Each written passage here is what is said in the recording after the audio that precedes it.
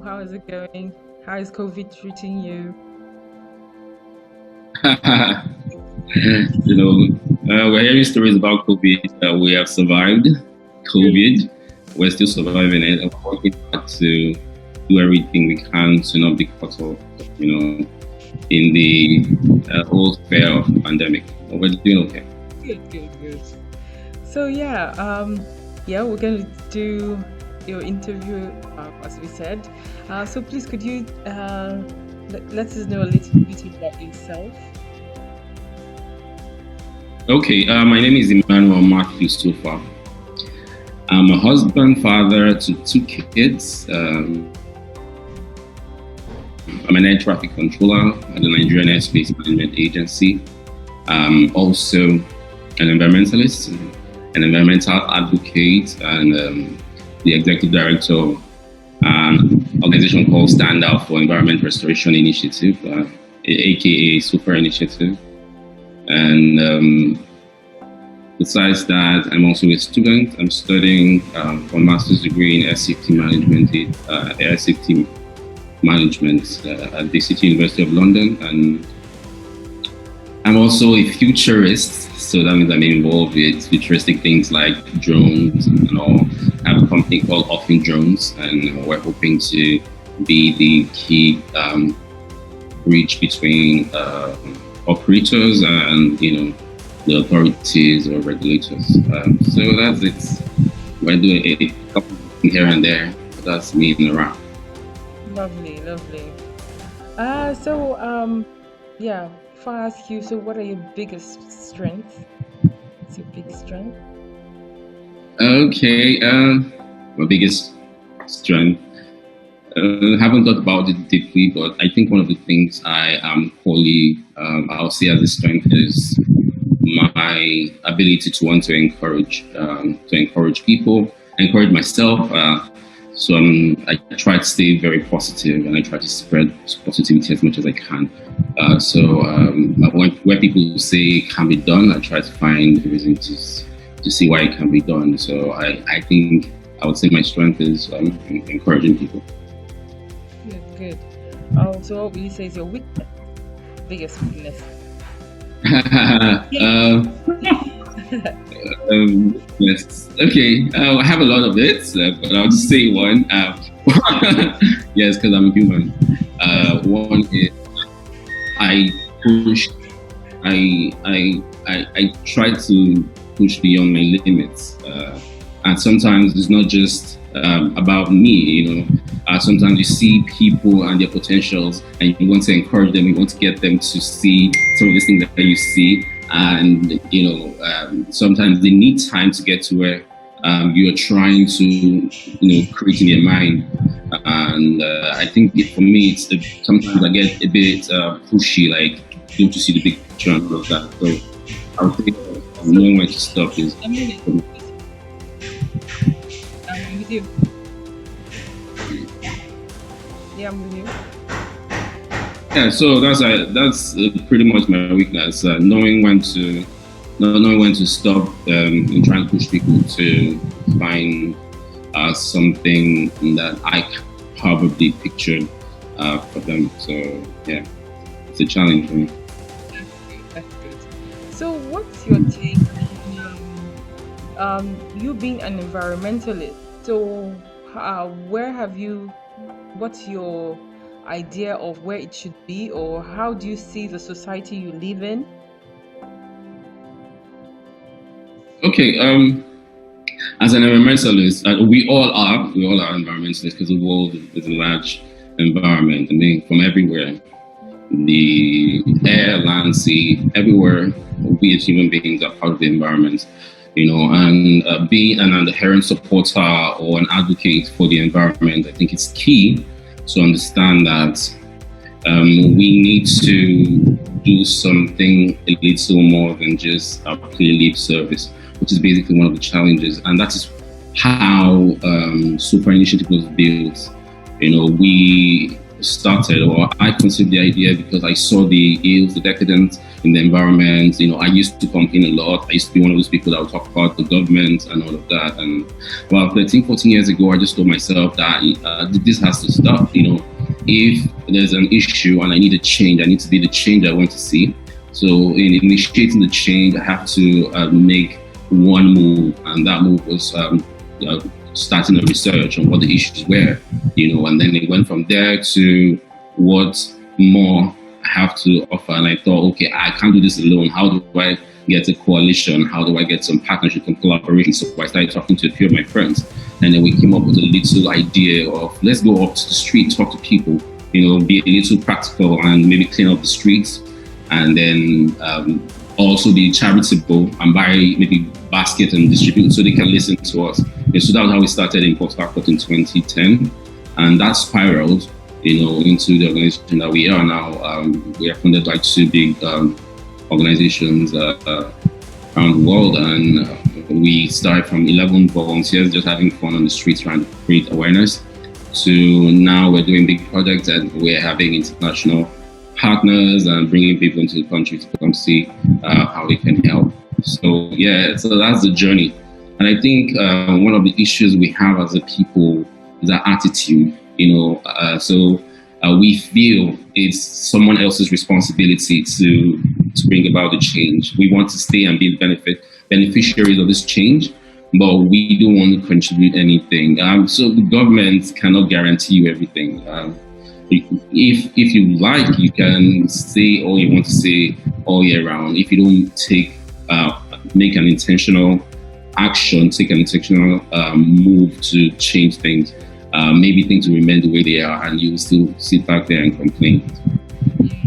So what are some of the international organizations you're affiliated with, and where have you come, or where are you guys going, or where are you trying to get to? Okay.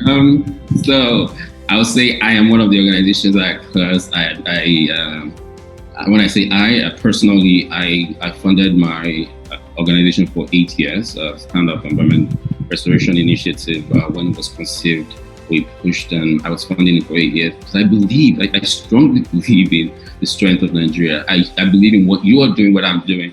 I believe that change will come, and I also believe that for this change to come, it might not be in our lifetime, but we would have initiated, the journey to the change, So that was how we started, 8 years ago, and then I think we got our first funding in single funding in 2013 by Ford Motors. Ford Motors Conservation and Environmental Grant gave us a whopping $5,000. It was really huge then. We expanded it in a whole lot of our projects. We have very diverse projects that we do. And then fast forward in 2018, we were out just doing what we used to do, and go to communities, create awareness, get them to see the issues and challenges that they face, and then put out some projects for them to integrate and carry on. And it was in one of those programs that I took a couple of pictures, and as God will have it, sometimes things happen divinely. The United Nations were requesting for photographs of activities such as ours for a global contest, and then I put in mine, and it won. So I had to go to California in 2018 March to receive the UN Prize Award for marine litter problems and solutions, because the picture was about the coastal communities where we went to do a beach cleanup, and then from there I met the Triple GI, that's the Global Ghost Gear Initiative, and they introduced me to the program called the Ghost Gear Initiative, and this is an idea to remove or stop the dumping of the largest waste contributor to the ocean, is fishing nets. That's the ghost gear generally. So we became the first organization in Africa. I think we're still the organization in Africa, I would say, that are members of Triple GI. And then Gradually, we started their campaign, went on, we've done two different campaigns, and we have the Fishing Net Games Nigeria, and now we have the Fishing Net Games West Africa, which is sponsored by the Canadian government, and we're here. We started with just a few volunteers. Now, well over um, we have well over 400 volunteers around the world, around the world, I would say. And then we have about how many staff? 7 staff, and locally now we have like 27 staff and volunteers. So it's huge and it's expanding. And our ideas, our creativity, all I'll say all the staff of the organization now were one-time volunteers. An average staff now volunteer for like 5 years. For 5 years, they expected nothing. They believed in the cause, in the drive, in what we can achieve as a people without expecting anything from the government. And that is how we're able to build this organization to where it is now. And I must give credit to my agency, Nigerian Airspace Management Agency. They have been quite supportive. I mean, since I started, I thought I was going to face the challenge of saying, no, you can't mix this with work. But because they see the essence of this, so both the association and the management have been exceedingly supportive, and they see the good in what I'm doing, and so they support me where I need to find some form of cover at work and all of that. When I have to go for a project, they do it, and I haven't gotten support from the management, for some of the work I have done. So yeah. I think that is where we are now, starting from going on the streets in Port Harcourt to this point. Yeah. Wonderful, wonderful. So, where do you see? How do you see our finishes in Nigeria? How do you see, or in Africa or Nigeria? I don't know how you want to take it. Yeah, well, I would take Africa actually. Like I said, we lean back and we expect to be handed over.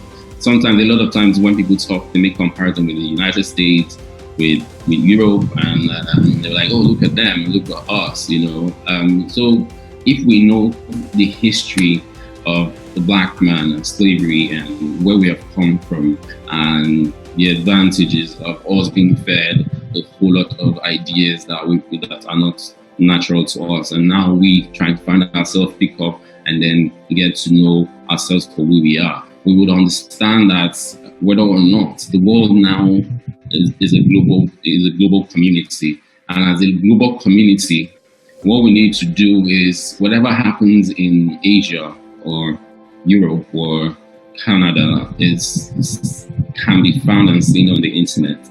And so we can initiate and be anything we want to be as a people. But we have to understand that we will have to shun greed. We have to look at what community is. Community is the basic unit for a country. And so if we don't commune, if we don't come together as a people, if we don't believe that, irrespective of myself and my family, I want us to progress as a country, then there is no way it's going to work. You can't sit down, focus on yourself, and look back at the big picture and go like, I want Nigeria to progress. We have to take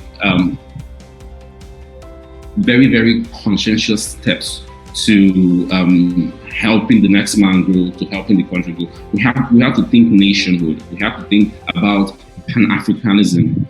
What and how can we survive as a continent? What binds us together? What are our differences, and how can we bridge the gap? So that is basically how we should start looking at ourselves: community, attitude, and in ways that whether or not I benefit, I'm going to be a contributor. So like this year, I told myself I just want to give. I don't want to have to receive. Which is one of my drive and my message to people. Learn to think less of what you get and more of what you can give. So I think that's what we need, like in Africa, how much we want to give to Africa rather than what we expect from Africa. Yeah, because I was thinking with regards to our cleanliness environment, where you come in, where you try to clean up your unit, and you're talking of community. So how can we make people be more conscious, not think it is for everybody? How can we come as a unit and say, like they used to do environmental cleaning in the past, what can we do to our unit to make people more conscious of their environment, that it's a collective, it's our health, is we. How can we sort that out and make people more conscious of, we're doing it for a larger populace, larger people? Yeah, I think it's telling ourselves the truth. We're all faced with malaria. I mean, what, how do mosquitoes survive? They breed in environments that are not properly taken care of and all of that. So how do we handle that? How do we handle malaria without having to go to the health centers to talk to the government? Oh, we need drugs, we need this and all of that. One of the only way we can do this is to start keeping our environment clean, serene, to consciously imbibe attitudes that are beneficial to not just your environment. Because I see people that will take care of their immediate environment, like their houses, their cars, and all of that. But the moment they're out, they don't care about what happens in the larger environment. And I think that these are the things, these are the common ideas, the common concepts. There are so many other issues that we have to talk. This is like minor. When we talk about litter waste management, these are minor issues that we can handle by just changing our attitudes. We are lucky in Africa that we don't even have like a lot of natural disaster. It would have been Africa would have been heavily challenged if we have issues like hurricanes and the likes of earthquakes and all of that. So we are not even discussing these issues. We are talking about how the basic thing that we can do as individuals. So if we start making that conscious effort to say, irrespective of what happens, I'm going to be conscious about our environment, which is actually the basis or why my organization started in the first place. How do we tap into the consciousness of Nigerians to begin to be aware of what the environment is and what they can do to keep it sustainable? So I think that's how we have to go as a people in trying to sustain our environment. We have to change our attitude. That's why our caption is attitudinal change towards the environment. So it's ACT. To not change towards the environment. So if we can get this idea out, we can get people to begin to find way to make our country better. Wonderful, because I think we all need to work towards that and see where we can all fit in to Because when people feel the toilet should be dirty because it's a toilet, but when you see some other places, that the first world countries and things, that's not the case. You can actually eat in the toilet. So how can we make people realize that your toilet needs to be clean? The public toilet's going to be better than it is. We know these things. But we care so much about self that it matters less what the neighbor is going through. So, and you can't look and say Nigeria is not doing it, it's not progressing, the president is this, the president is that, and then come back to yourself. What have you done within your very small microcosm? Do you understand? Before you begin to harass the larger macrocosm. So everything is basic belief and drive as a human being. What drives you? What drives us as a community, and what drives us as Africans? And I think gradually, we might not see this change. I tell you, I might be rocking my chair someday, maybe when I'm 90, and then my grandchild will probably say, "Oh, Daddy, remember where you guys started this? It has evolved, and then Nigeria is a better place." But I believe in this country. I believe things are going to get better. I believe that communities around the world are looking to see that we are better. We have been having loads and loads of support, both locally and internationally. I must give credit to the people that have volunteered in my organization for years. They have, I think, the volunteers, people that volunteer to this great idea of wanting to make the country better, bring the change, are the people that need credit. I don't even think I as an initiator has, because I think I consider this thing, but the people that believed in it are the people that deserve credit. So I'll say a huge thank you to the volunteers, to the supporting the partners all around. Lovely. Where do you see yourself in 5 years? Where do I see myself in 5 years?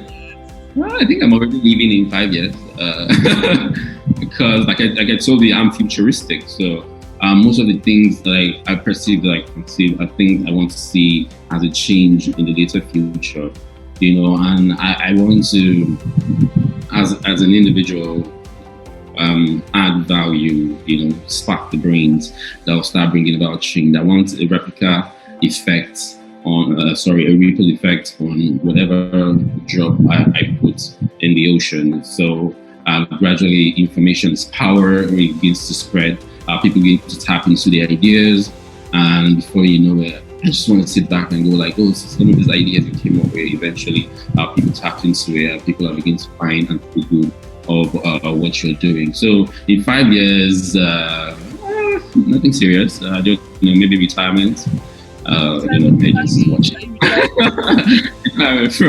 from aviation because I want to go into I want to be a stakeholder in aviation. So so somehow I have to leave operations and maybe get into the core value of how to become a stakeholder and all of that. And then I think my last later years in my 50s, I just hope to carry my bag and travel maybe to Tanzania, Congo, to go to like one community, trying to see what I can do personally to have like a direct impact on communities, individuals, whatever I can do to add value to the people.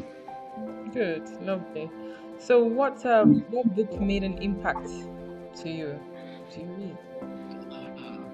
So I'm not such a big book reader. I I read a lot of like I told you, I'm doing my master's program. I've done I just got my fourth license as an air traffic controller. So that's studying as master. So I have to do a lot of research for the NGO and all of that. So I literally have less time for reading things that are not adding value. But I would say one book that has inspired me from before I started was Brian Tracy's Maximum Achievement. So Brian Tracy, Maximum Achievement. If you read it, it kind of takes you daily on how to work on yourself as an individual and how to add value to yourself and to your community. So I think that helped me a lot, and I think it's basically one of my motivational books over the years. But yes, if you want to ask one of the books, that's it. Yeah, lovely. So I'm happy about where we've come, and we are looking to also support you in any way we can, and we're looking at the bigger picture because because basically I believe in house. In not just learning houses, in the built environment, and if you can't constitute just the building without the internal spaces being comfortable, so human comfort levels. So I'm looking at how we can indoctrinate people and make them realize that the immediate environment is key, not just that the structure is looking good. Make sure you take care of it within and without. Yeah. And also is a ripple effect, as you said, to help the community. So you can also tell us where you want us coming and what you have in mind in store for the world. Okay, like I have. Okay, I think we're getting a lot of support now. And so I won't talk about people talking about being selfish, and then I think we're getting a lot of support, international support, as a matter of fact. But locally, what we need basically is Nigerians keen into the program. Technical and financial. If you have anything that you probably want to get us to maybe think about, like we're working on a project, on a national project that we're hoping we can actually approach the federal government for agents. So we want to be agents of the air, plant trees and purify the air and all of that. We have like a design program. Like most of the programs that people have out there probably just plant trees or no details and all of that. But we have like a program to educate, to train, to give the essence, to imbibe young people as well. So we have that. We have the bootcamp environmental program, which is like creating opportunity for kids to start tapping into their environmentalism. Because we are hoping at some point that we would get the federal government to start looking at environmental education as part of the curriculum for our schools. Because I really don't know why we don't even talk about it anyway. This should be core. This is one of the core values for our education. You know, why would you teach somebody anything besides where they reside and what revolves around them? You know, so environmental education is one of the core programs topics we're hoping to bring to become a subject, not just in our primary but our secondary schools. So we're hoping to start educating kids from both primary and secondary schools to the point where when they're growing up, they will start correcting our mistakes as their parents. And then over the years, then we can see changes as time comes. Okay. So if you want to support us in this regard, I think you can go to our website actually, www.sofainitiative.org. We have It's slower. www.sofa initiative.org. Yes, I think we have the donate button. We seldom get people donate, but that's fine. We have people. We have the volunteer button there as well, so you can volunteer and join us. We have activity volunteers, and then we have the volunteer staff. So, as an activity volunteer, when we have an activity that you'll be invited to participate. But I think our program is also like a leadership program. So we're teaching ourselves how to go out and become leaders. Like, I am a comrade of the organization as well. I started as a volunteer. I am also partly like a volunteer as well. So we don't have like some clear hierarchy. We all just work together as a family to see what we can do about bringing a change in the country environmentally. Okay. Thank you so much. It's been nice talking to you, and yeah, thanks so much. And yeah, we look forward to what we're going to do next. Thank you. I appreciate this. This is usually not my space. I like to work on the background, but I'm glad you're giving me this opportunity. And I think you should do this a lot more, and people should pay attention to some of the things that we're talking about. And I'm sure the other presenters or the other speakers, I'm sure it's going to create a bigger awareness, and gradually we're going to get people to sit back in their comfort zone and then find a way to make a change or difference in this country. Thank you for what you're doing. Thank you so much. Thank you so much. I appreciate it.